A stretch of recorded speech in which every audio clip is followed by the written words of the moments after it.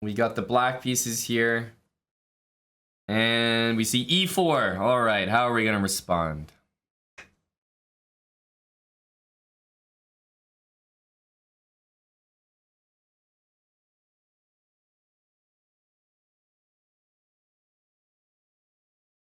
I'm going to respond with g6. It's a flexible opening. It may lead to a number of things. It could simply be a modern. It could be a Peertz. It could actually even turn in somehow to a King's Indian. It could even turn back into a Sicilian, right? It's one of the most flexible, maybe the most flexible moves on move 1 against e4. So we play g6. We see knight c3. Now, when I see knight c3, I already know that d4, c4 is not happening. So it's not very likely for something like this to end up in a King's Indian setup. But something like d4, f4, if I go for a King's Indian setup, then it'll kind of be like a Peertz at that point. So, okay, knight there. I think bishop g7 is the way to go to stay within the, I don't know, I guess the spirit of g6. But if you ask me, knight c3 is a little bit of an invitation to play the move c5. So I'm going to play bishop g7 because it's a very natural follow-up. Most people that play g6 want to just play bishop g7. But c5 makes a lot of sense because then we're back in a Sicilian, and I've gone for this, and white's playing a closed Sicilian. So I'm going to play bishop g7. Opponent has played knight to h3. Now, knight to h3 is certainly no knight f3, that's for sure. There's going to be a distinct lack of control in these central dark squares here, because that knight move is supposed to do exactly that. So, as tempting as it is to start by targeting the knight with a move like d6, pretty obvious move, I'm now going to make an important claim, and I'm going to play c5, because I think if I get knight c6, c5, I'm going to have the type of control over these dark squares that white will not be able to match.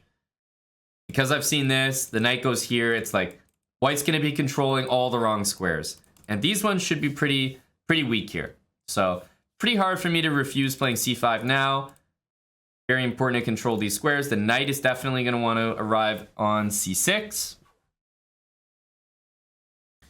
And this is another move that I would say is a move which is a little bit in the wrong direction here. So bishop b5, basically doing nothing. You almost never want to play like a bishop move to one of these squares when there's no knight in the way.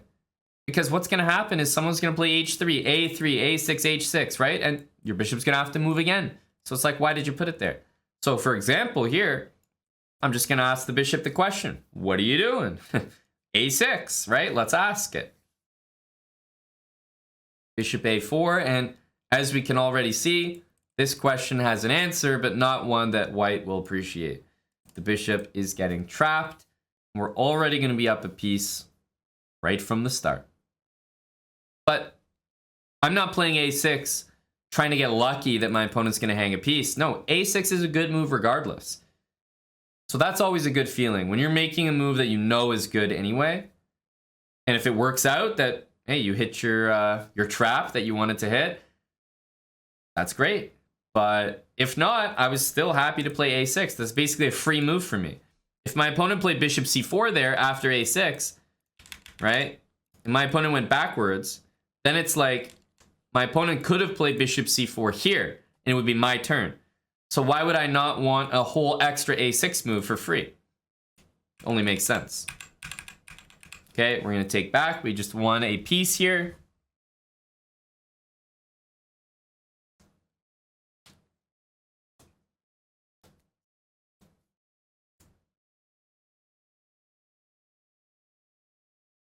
We're obviously in a good spot because we have an extra piece, but there's a reason why when you guys win an extra piece, you still have a 50-50 chance of losing the game. Like, I think a lot of people may watch me play lower rated players and see my opponents blundering a piece in the first 10 moves and say, perhaps out loud because you're so offended, oh my goodness, how come when I play against them, they never do this? You're missing the point. they do it against you. You just also do it. So either they are blundering, but you're just not taking advantage of it, or they're not blundering because you're blundering, or maybe you're both blundering. That's what's happening in your games. That's what's going on with you guys. They're still doing it against you. These are not anomalies. I'm not playing like the only 500s in the pool that blunder. They all blunder.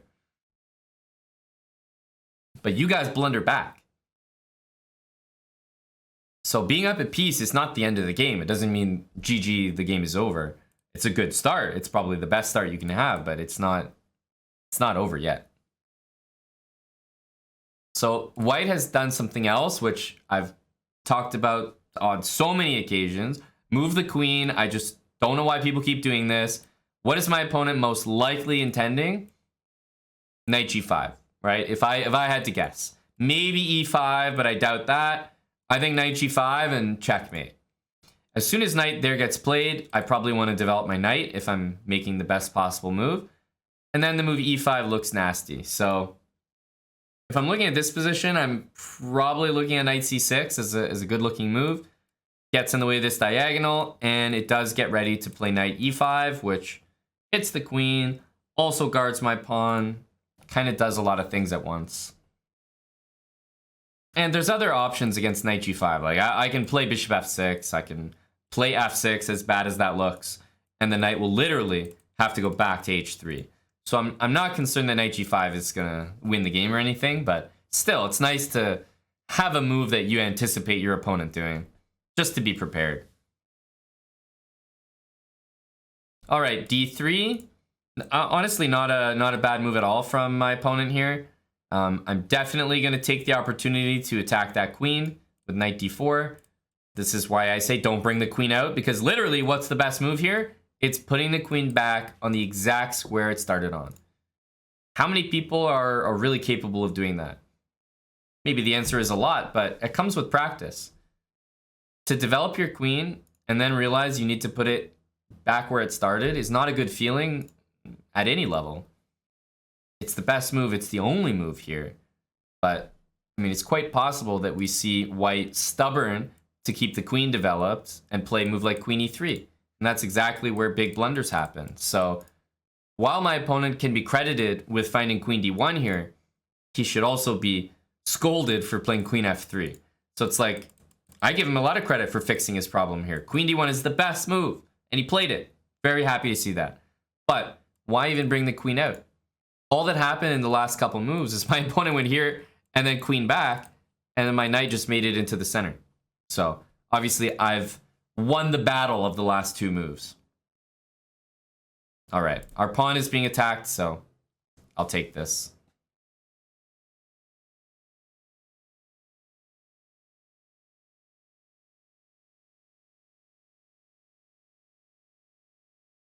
Major threat right now, so obviously this needs to be recaptured. I think both would be good.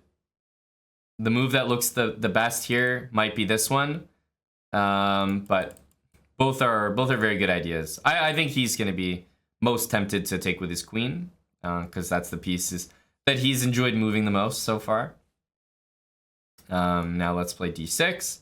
I've been talking about wanting to play this move to attack the knight pretty much the whole game, so I'll finally get a chance to do it.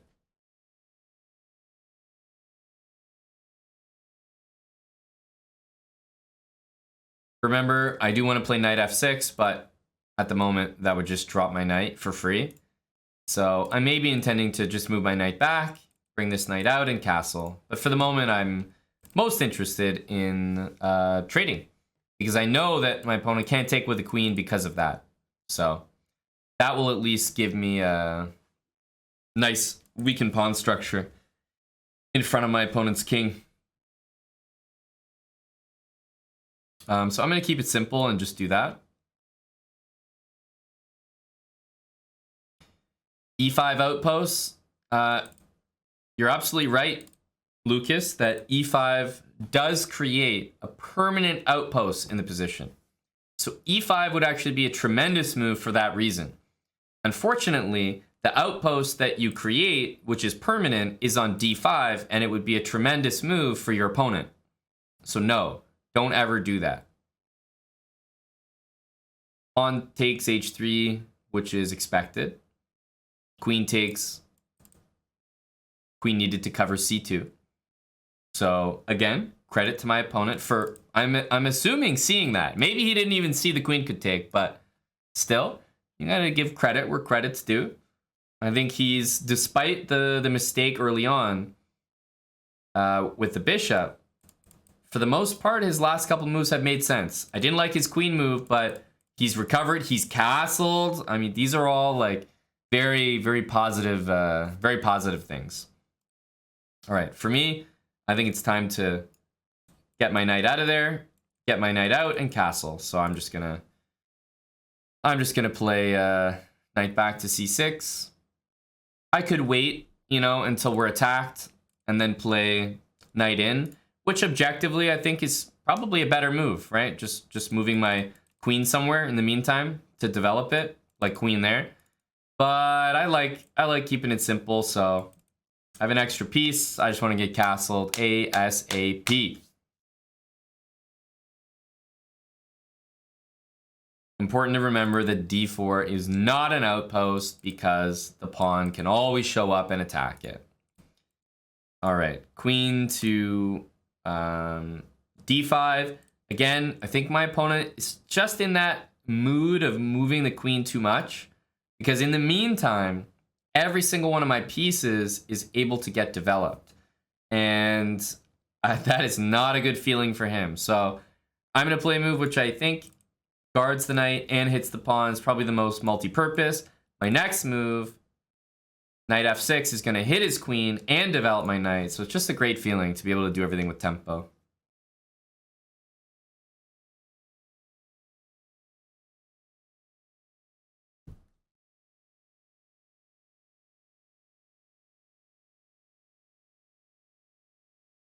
Right, so our opponent has gone queen f3, queen d1, queen d3, queen d5. Not sure if the queen's going to move again. Doesn't. And again, we can't take this pawn because of our knight, but that was never the goal. The goal was always just, hey, I've got another move with tempo. This is why you don't develop the queen so early. Right? My queen has only moved one square, and it's still pretty safe. If his queen was back on e2, it would be much tougher to attack. But queen way in the center of the board, it's ripe for being attacked. So knight f6, castle. That's all we're interested in.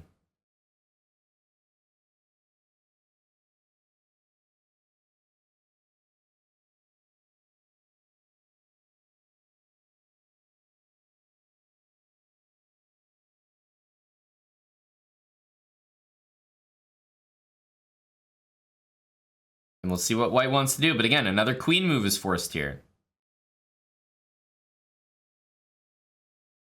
Okay, we see another queen move.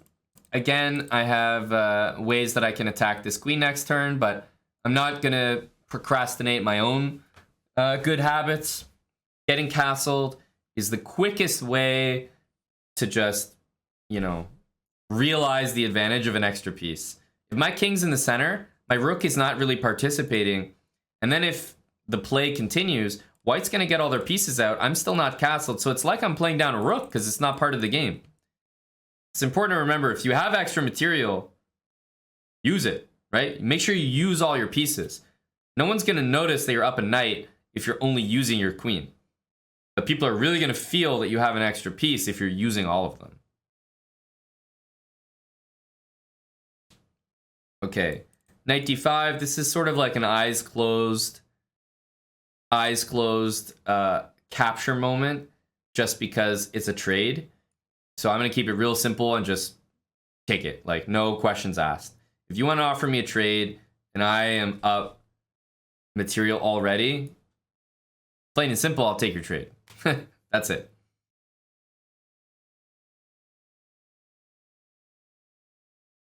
Okay, knight operating in the center. And of course, I'm choosing this square, not only because it's central, but once again, it attacks the queen. That's a recurring motif.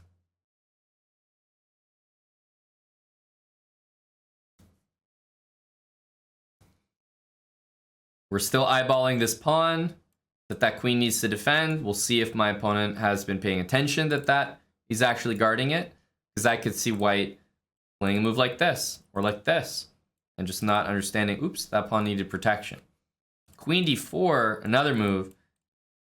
I know it's in the center of the board, but boy, does that walk into just about everything.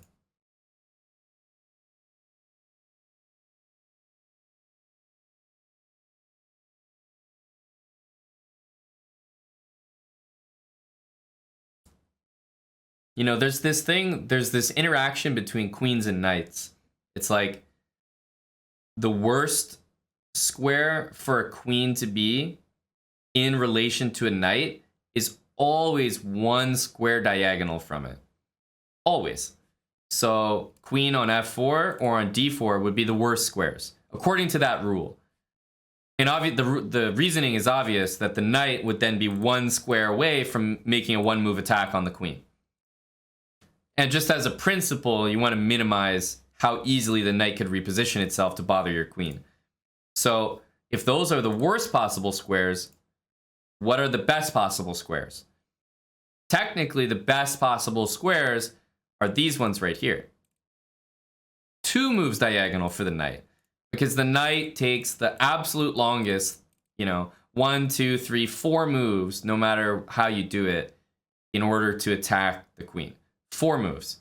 Queen d2, I'm literally 2 moves away. Queen d4, I'm maybe 1 move away. But queen c3 and queen g3, technically the most comfortable for the queen in relation to the knight. Now, obviously, queen c3 in this position has another reason that you wouldn't do it, because there's a bishop there, right? But queen g3, just to illustrate, if you're using that rule of where should the queen go in relation to a knight, queen g3 presents itself as a pretty good move, right? The knight doesn't have any squares to go that bother it. It also guards that pawn. So, that's one way to arrive at one of the best squares available for the queen. Another great square is queen e2. Queen e2, because it covers all the squares that the knight could want to go to. But queen e2 still sometimes vulnerable because it's, in 3 moves it could be attacked. Well, 2 moves it could be attacked, 3 moves it could be taken. So the best squares are pretty much these 3. Now the other interesting square is the one he chose, queen e4. You go right next to the knight, and the knight once again is 3 moves away from the queen. So this is just as good as queen e2. So really, when you think of a knight, and you think of where should your queen be in relation to it, the squares that I just indicated kind of present themselves. These 2 and these 2. And if I was white in that position, those would really be the only squares that I'm considering. Of course, you can move the queen just super far away, but I'm talking about if your queen gets attacked and you kind of want to remain in the vicinity, these are the only squares I'd bother calculating. He's gone queen e4. Unfortunately, queen e4 drops that pawn. He's chosen a very safe square for his queen, but he has dropped a pawn in the process.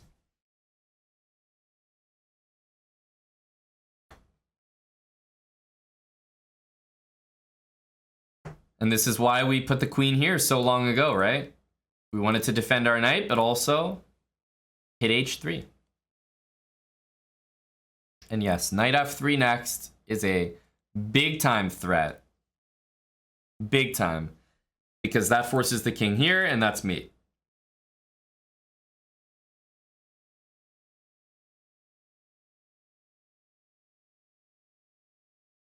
So it can be prevented, but not that easily. White needs to play a very good move here. There are a few other tactical motifs to keep in mind. I mean, depending on where this queen moves, there might be queen g4 to fork the king and rook. And depending where these pieces go, knight f3 may also fork some material. So wait and see what he wants to do. Rook d3 is also off limits. What are some of the best moves for white here? I imagine this and this are probably up there. Yeah. I like this one because now when the king's in the corner, suddenly you can't quite deliver that mate with queen takes h2. So I like this one.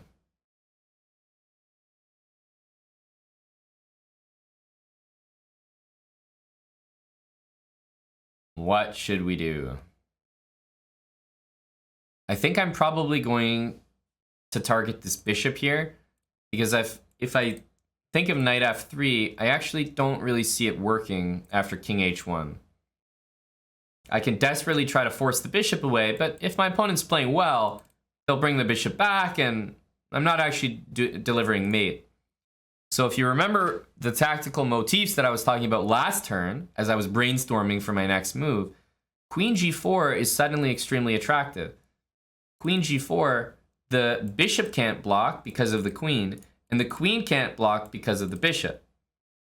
So queen g4 is going to force the king to move. But then I've got white's pieces in a little bit of a pin.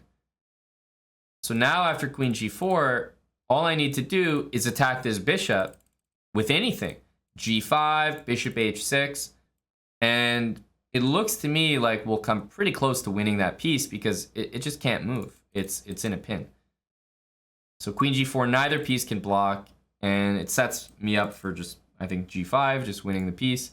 And this is off the back of knight f3, just not getting the job done anymore because of my opponent's good move, bishop f4. So I'm going to go with this check here.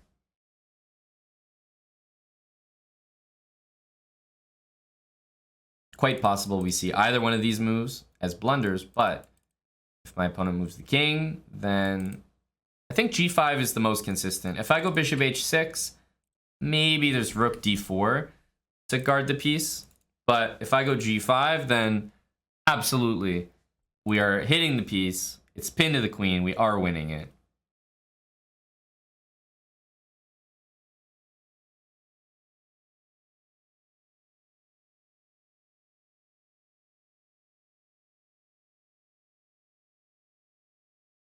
Another good move by white, once again, by the way. King h1. g5, just using this tactic we just talked about. And it's unfortunate because my opponent's finding some pretty high quality defensive moves, but the only reason that it keeps looking worse and worse for him, even though he's finding best moves, is because he's just down a piece. When you're down a piece, everything is just gonna go wrong. None of the tactics are gonna work for you. You're gonna calculate something, but oh, that doesn't work. It's like, well, yeah, most things don't work when you're down a piece. It's hard to find that comeback shot that actually works for you, that brings you back into the game. So g5, I think, is a little annoying. There's not much he can do here.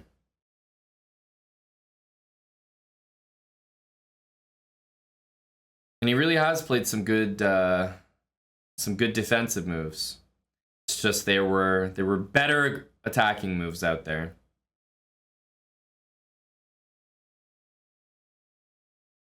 Another very good move, like trying to tempt me into queen takes so that he saves his bishop. I'm not going to fall into that, and I'm probably just going to take his bishop for free. But again, this is just a great move, great attempt. I'll take the bishop.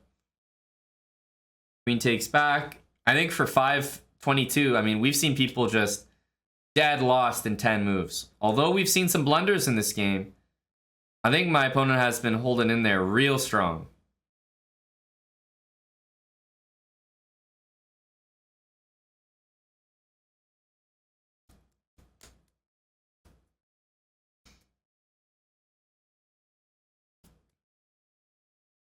Very good game.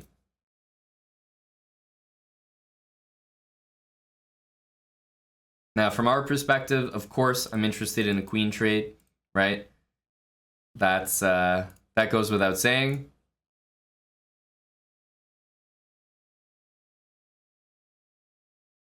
I'm up 2 pieces here, so any type of trades of equal value are good for me.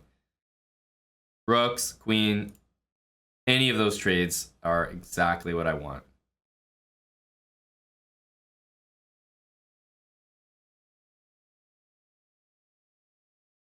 And now, I mean, how do we continue? These rooks probably want to make themselves known on the only two semi-open files, you know, that I own, because I want to attack some targets. This pawn currently hanging might be my next target. So we see him play b4. Again, pawn hunting will probably work out for me here. It also uncovers an attack on the rook. But just to make my point, I really want to make it clear that, like, just simple things like bringing rooks to semi-open files to attack pawns is a great place to start when you're trying to figure out what to do next. So I'm going to go here. It attacks this pawn. This move attacks that pawn, activates both my pieces with tempo, and then I can think about what to do next.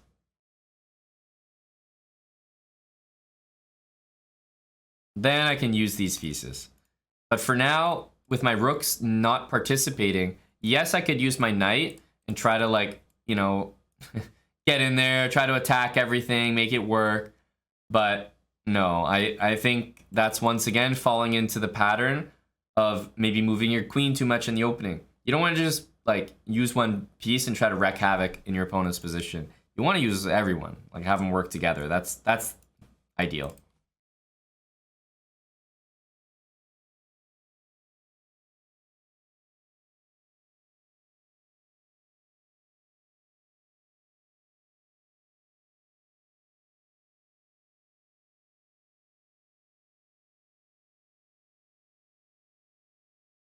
Okay, a4. Again, not a bad move at all. And yes, lots of different things to take, but I still think increasing the pressure is always a good thing to do.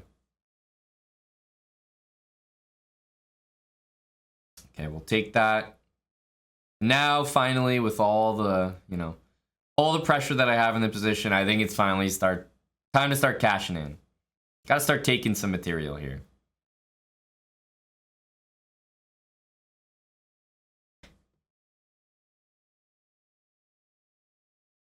Ooh, a5. He's starting to get a little freaky on us. All right, I will take this pawn, which has been sitting there for a while. It's always been available, but that's exactly why I'm not in a rush to take it. It's always available. He has less pieces than me, only 2 of them. If I want to take something, I got 4 pieces. I can just gang up on it, right? That won't be difficult. All right, he's pushing this pawn. Of course, we could go corral it, but rook takes c2 is a nice move to play. Number 1, a1 is covered. So if he's pushing this pawn, there's nothing to stop me from just going behind it and taking it. If he ever puts his rook there, I got this long-range bishop that I'm not sure he's going to know about. And rook a1 not only proves he doesn't know about it, but it proves he doesn't realize he's about to get mated. GG.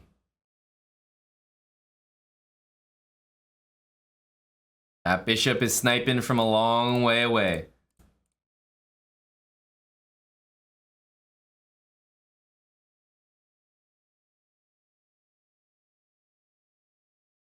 Good game, good game.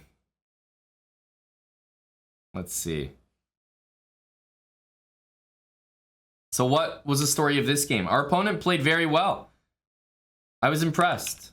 But, no, of course, not without blunders. Would my opponent's game have been 10 times better if they didn't play knight h3? Honestly, yes. Because I saw knight h3 from my opponent, and then I saw a few blunders that just set my opponent behind for the entire game. But if that knight goes to f3 and white does the exact same thing, it's way better. And all that needs is a little reminder, like someone telling my opponent, hey, don't develop your knights, you know, to the side of the board. Always move them towards the middle. And that's enough to just fix that permanently. Now this move, again, don't develop your bishops to just random squares. They will get attacked by pawns. It's the same concept as moving your queen out too early. It's just going to get attacked by pieces that are lower value than it. So then you have to move because you don't want to lose your queen. Same thing here. You move your bishop there, I attack you. Well, now you have to move again. You're wasting your own time. And of course, we know that this is a mistake, because it loses the bishop. And already white's way behind. And instead of castling here, queen f3. Already, you know, not too great. Queen goes back to d1. Some really good moves here by white. Castling. White's playing really, really well, in my opinion. Too many queen moves, but ultimately, that's kind of it, right? The way that white lost the rest of this game is understandable. You're down a piece. There's, again, like I said, there's nothing you can do down a piece. If your opponent's playing well, you can't change the valuation of the game, right? If your opponent blunders, you're there to take advantage of it, but this was just a very, very good game. Nothing you can do. You're just down 2 pieces. Hard to come back from that. Okay? So, I thought this was all decided in the opening. Knight h3, no good. Bishop b5, definitely no good. And then moving the queen way too many times. And those are all easy things to fix. Just tell someone like, hey, those are not things we do in the opening. Right? Have more discipline. Don't develop your queen that early. Knights go towards the middle. That's what I'm saying. When you're starting out, you have a lot of things you can improve on very, very easily, very quickly, in my opinion. So take advantage of it while you're there. These are like simple things that make a big impact.